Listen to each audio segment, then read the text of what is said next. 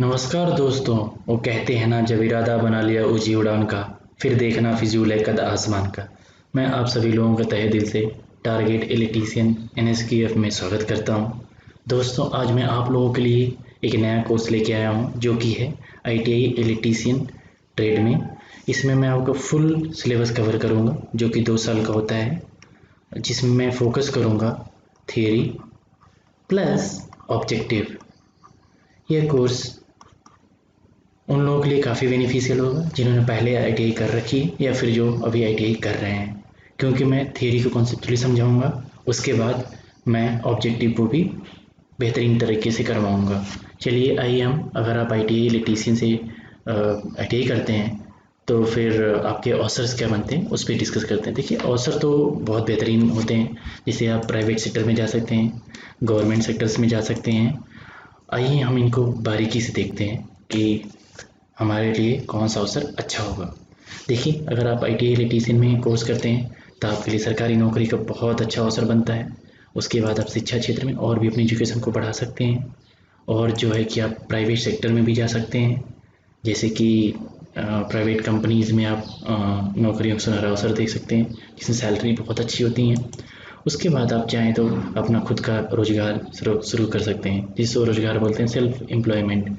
देखिए, अवसर तो काफ़ी होते हैं, लेकिन जो आपकी जो ये सरकारी गवर्नमेंट है, काफ़ी डिमांडिंग है इंडिया में। सबका ड्रीम होता है कि वो सरकारी नौकरी करे।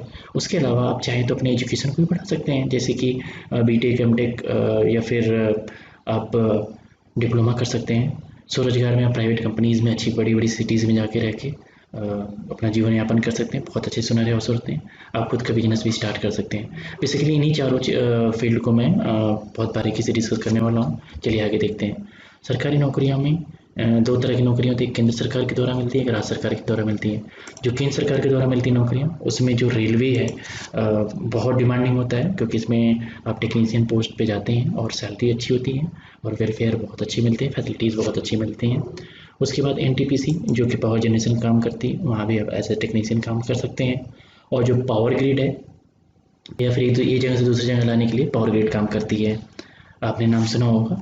और जो पावर ग्रिड कंपनी है, हर एक इलेक्ट्रिकल इंजीनियर की ड्रीम जो होती है कि नौकरी प्रेफर करते हैं पावर ग्रिड में लोग।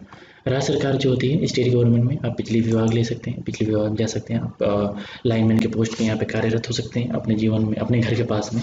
अच्छी नौकरी है, बहुत बेहतरीन होती है।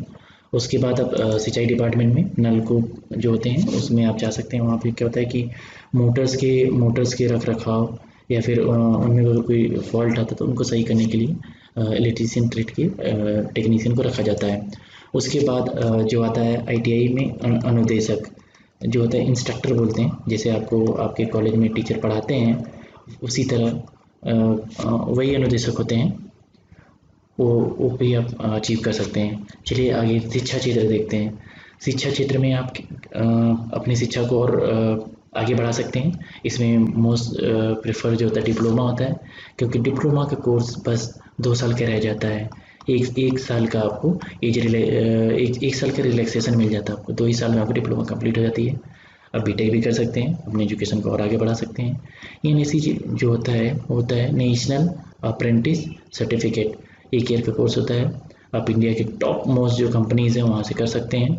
अगर आप वहाँ पे अपना अच्छा परफॉर्मेंस करते हैं, परफॉर्मेंस अच्छा देते हैं, तो वहाँ पर आपका रिक्रूटमेंट भी हो सकता है, वहीं पे रिक्रूट कर लेते हैं। इसके अलावा जैसे कि आपका एज रिलैक्सेशन आपको मिलता है, जैसे 27 ईयर एज दी गई किसी फॉर्म में। अगर फॉर्म अप्लाई करना है, एज लिमिट है, लास्ट एज लिमिट है। तो अगर आपने ITI किया, NSE किया है, तो आपको 1 ईयर का एज रिलैक्सेशन मिल जाता है वहाँ पे। CITS कोर्स जो होता है, आप डायरेक्टली ITI करने के बाद कर सकते हैं। ITI करने के बाद कर सकते हैं। ये कोर्स को DGT कंडक्ट करवाती है, ऑल इंडिया एग्ज़ाम होता है। उसके बाद आप CITS कोर्स कर लेते हैं तो ITI कॉलेजेस में अनुदेशक बन सकते हैं इजली। उसके बाद अगला आता है जो प्राइवेट सेक्टर आता है। आजकल के युवाओं का सबसे डिमांडिंग जॉब होती है, क्योंकि बड़ी बड़ी शहर में आपको रहने का मौका मिलता है, वहाँ पे आपको परफॉर्म करने का मौका मिलता है। जैसे कि इसमें रिलायंस डिजिटल टॉप पे चल रही है, क्योंकि इसमें 4G और 5G लॉन्च कर रही है। साथ में इसकी केबलिंग काफ़ी सारी हो रही है, वहाँ पे एज आप टेक्नीशियन काम कर सकते हैं। हेवेल्स जो आप देखे होंगे आपके घर में स्विचेस बनाती है, और बहुत से इलेक्ट्रिकल डिवाइसेस बनाती हैं। आप वहाँ पे भी अपने कार्यरत हो सकते हैं रिक्रूट होकर। ल्यूमिनस, आप सभी लोगों ने ऐड देखा होगा, सचिन तेंदुलकर जी करते हैं इस ऐड को। ये बेसिकली बनाती है इन्वर्टर और बैटरीज बनाती है। उसके अलावा भी काफ़ी मशीनरीज का मैन्युफैक्चरिंग होती है। आप ल्यूमिनस कंपनी में जाके कार्यरत हो सकते हैं अगर अवसर मिले तो। निजी ITI में आप इंस्ट्रक्टर के पोस्ट पे जा सकते हैं अगर आपने ITI कर रखा है तो। ये भी अच्छा अवसर होता है स्वरोजगार का। इसे सेल्फ एम्प्लॉयमेंट कहते हैं, बहुत बढ़िया होता है। आजकल का डिमांडिंग सब आपने ITI किया, उसके बाद आपके लिए आप खुद के कौन कौन से अवसर बना सकते हैं, जैसे कि कौशल प्रशिक्षण के आप खुद का एक ट्रेनिंग इंस्टीट्यूट खोल सकते हैं। आपको लाइसेंस मिल जाएगा स्टेट गवर्नमेंट की तरफ से।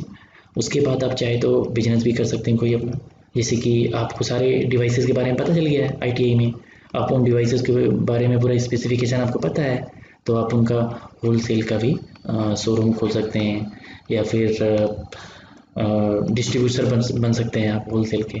बहुत बढ़िया बिजनेस कर सकते हैं आप। उसके बाद जो रिपेयरिंग की शॉप, आप चाहे तो अपने घर के पास में एक रिपेयरिंग की शॉप डाल दें।